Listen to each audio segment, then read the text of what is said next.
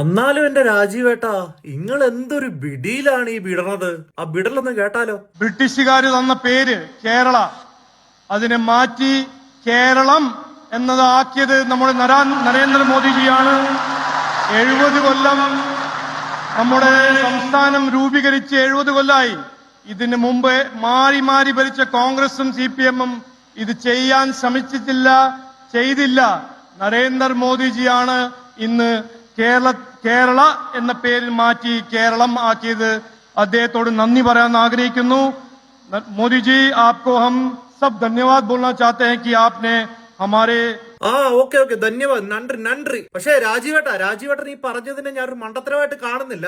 ജനിച്ചത് ഒരു അന്യ സംസ്ഥാനത്തായതുകൊണ്ട് ഒരു അന്യ സംസ്ഥാന തൊഴിലാളിയായിട്ടാണല്ലോ കേരളത്തിലേക്ക് വന്നത്. പണ്ട് നമ്മുടെ മോദിജി സൊമാലിയ എന്ന് പറഞ്ഞു പോയ കേരളത്തിനെ കേരളമാക്കി വീണ്ടും മാറ്റിയതിനെ ഞാൻ അഭിനന്ദനം കൊണ്ടങ്ങ് മൂടുകയാണ്. ഇനി രാജീവേട്ടൻ പറഞ്ഞ ആ ചരിത്രത്തിലേക്ക് ഒന്ന് പോയാലോ. കേരളം എന്ന പേര് ബ്രിട്ടീഷുകാർ സമ്മാനിച്ചതാണെന്നോ? ആരാ ഈ ഉളത്തരവൊക്കെ ചേട്ടനോട് പറഞ്ഞു തന്നെ? എനിക്ക് തോന്നുന്നു ശാഖയെന്നേതോ വാട്സപ്പ് യൂണിവേഴ്സിറ്റി ഡോക്ടറേറ്റ് എടുത്ത ആൾ എഴുതി തന്ന കാര്യമായി ഇരുന്ന് വിളിച്ച് പറഞ്ഞുകൊണ്ടിരിക്കുന്നതെന്ന്. നമുക്ക് ചരിത്രത്തിലേക്ക് പരിശോധിക്കുകയാണ് എന്നുണ്ടെങ്കിൽ കേരളം എന്ന ആദ്യമായി ഒരു സ്ഥലത്ത് എഴുതിയിരിക്കുന്നത് എന്നാണെന്ന് അറിയാമോ? ഇപ്പൊ പരിശോധിക്കുമ്പോഴത്തേന് കാണാനായിട്ട് സാധിക്കുന്നത് മൗര്യ ചക്രവർത്തിയായിട്ടുള്ള അശോകൻ എന്ന് കേട്ടിട്ടുണ്ടോ? ചരിത്രമൊക്കെ പഠിച്ചവർക്ക് മാത്രമേ ഇതൊക്കെ മനസ്സിലാവത്തുള്ളൂ. അപ്പൊ ആ അശോക ചക്രവർത്തി ഒരു പുസ്തകം എഴുതിയിട്ടുണ്ടായിരുന്നു. അതിനകത്ത് കേരള പുത്ര എന്ന് തന്നെ നമ്മുടെ നാട്ടിലെ ചില ആളുകളെ സൂചിപ്പിച്ചിട്ടുണ്ടായിരുന്നു. അന്ന് തന്നെ ഈ നാടിന് കേരളം എന്നൊരു വിളിപ്പേരുണ്ടായിരുന്നു. അതിനൊക്കെ ശേഷം ഈ ചേര രാജവംശത്തിന്റെ ആ കാലഘട്ടങ്ങളിൽ ചേര രാജാക്കന്മാരുടെ നാടെന്ന രീതിയിൽ ചേരളം എന്ന് വിളിച്ചിട്ടുണ്ട്. അതിനെ പിന്നെ പരിഷ്കരിച്ച് കേരളം എന്ന് പറഞ്ഞു എന്നും അതിനകത്ത് പറയുന്നുണ്ട്. പിന്നെ സാറ് പറഞ്ഞതുപോലെ ബ്രിട്ടീഷുകാരാണോ നമുക്ക് ഈ കേരളം എന്ന് വിളിച്ചത്? അല്ല, ബ്രിട്ടീഷുകാർ കൂടുതലായിട്ട് ഉപയോഗിച്ചിരുന്ന വാക്കെന്ന് പറയുന്നത് മലബാർ കോസ്റ്റ് എന്നാണ്. നമ്മളെ ഈ കേരളത്തിന്റെ പല ഭാഗങ്ങളെ അവര് കൂടുതലായിട്ട് വിളിച്ചുകൊണ്ടിരുന്നത്.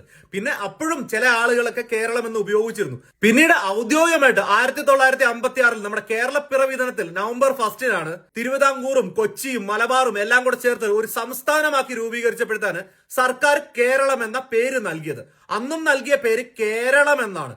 മലയാളത്തിൽ കേരളം എന്ന് തന്നെയാണ് ഉപയോഗിക്കുന്നത്. ള കഴിഞ്ഞിട്ട് ഒരു വട്ടപൂജ ഇട്ട് വെക്കും. എന്താണെന്ന് അറിയാം? അത് പൂർണ്ണമായി ഒരു വാക്കിനെ ഉണ്ടാക്കാൻ വേണ്ടിയിട്ട് അനുസ്വരങ്ങൾ എന്ന് പറയും. ആ ഒരു വട്ടം, ചന്ദ്രക്കൊല, ഇതൊക്കെ കണ്ടിട്ടുണ്ടോ? ഇതെല്ലാം അതിൽ പെടുന്ന ഒരു കാര്യമാണ്. അങ്ങനെ തന്നെയാണ് നമ്മൾ ഈ ഭാരതം എന്ന് എഴുതുന്നത്. പേരുമാറ്റം പിന്നെ അടിസ്ഥാന തത്വമായിട്ട് കൊണ്ടു നടക്കുന്നതുകൊണ്ട് അതിശയമൊന്നും തോന്നിയില്ല. പക്ഷെ എനിക്കൊരു ആശ്ചര്യം തോന്നിയത് എന്താണെന്ന് വെച്ച് കഴിഞ്ഞാൽ കേരളമായിരുന്ന കേരളത്തിനെ വീണ്ടും ഒരു കേരളമാക്കിയത് എന്തിനാണെന്ന് എനിക്ക് മനസ്സിലാവുന്നില്ല. അത് ഇംഗ്ലീഷിൽ എഴുതുമ്പോഴത്തേന് അല്ലെങ്കിൽ മറ്റൊരു വാക്കിനോട് ചേർത്ത് എഴുതുമ്പോൾ നമ്മുടെ കേരള പോലീസ്, കേരള സർക്കാർ അങ്ങനെയൊക്കെ എഴുതുമ്പോഴത്തേന് മാത്രമാണ് ഈ അനുസ്വരങ്ങൾ ഉപയോഗിക്കാത്തത്. അതുപോലെ തന്നെയാണ് ഭാരതം എന്ന് പറയുന്നതും. ഭാരതത്തിന്റെ വട്ടപൂജ ഉണ്ടല്ലോ താ കഴിഞ്ഞിട്ടുള്ളത്, നമ്മൾ ഭാരത സർക്കാർ എന്ന് എഴുതുമ്പോഴത്തേന് പൂജ ഉപയോഗിക്കത്തില്ല.